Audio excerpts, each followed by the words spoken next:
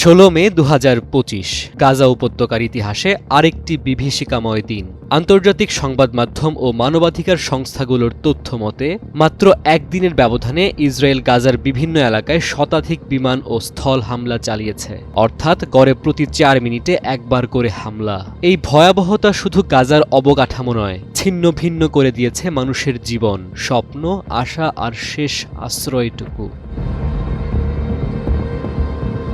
এই দিনেই সবচেয়ে মর্মান্তিক ঘটনা ঘটে বুরেইজি শরণার্থী শিবিরে। সেখানে একই পরিবারের ৬ জন নারী ও একটি শিশু ইসরায়েলি বোমায় নিহত হন। ধ্বংসস্তূপ থেকে উদ্ধার করা হয় তাদের জড়াজড়ি করে পড়ে থাকা মৃতদেহ। খান ইউনিস শহরের অপর একটি আক্রমণে নিহত হয় ৩ শিশু, তাদের সঙ্গেও ছিল বাবা মা।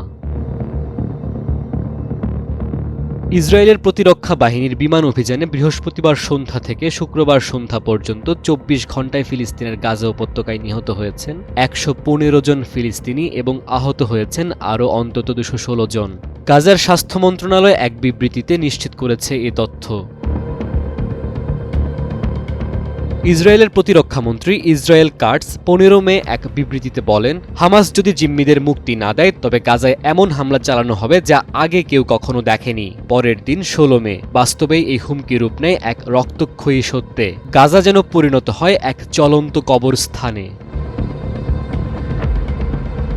ইসরায়েলি আগ্রাসনে গাজা শহরের হাসপাতাল, স্কুল, বাজার, এমনকি জাতিসংঘ পরিচালিত শরণার্থী ক্যাম্পগুলো ধ্বংস হয়েছে।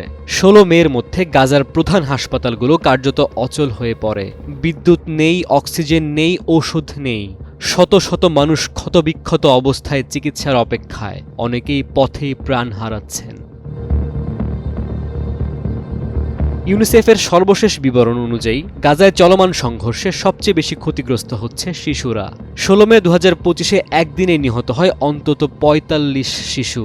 আহতের সংখ্যা শতাধিক। বহু শিশুই পিতামাতা হারিয়েছে, কেউ কেউ বারবার বাস্তুচ্যুত হয়েছে। আজও তারা জানে না তাদের বাড়ি কোথায়।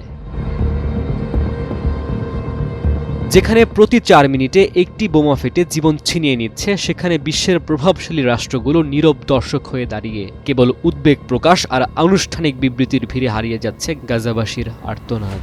এই নীরবতায় যেন হয়ে উঠছে একটি অদৃশ্য সমর্থন।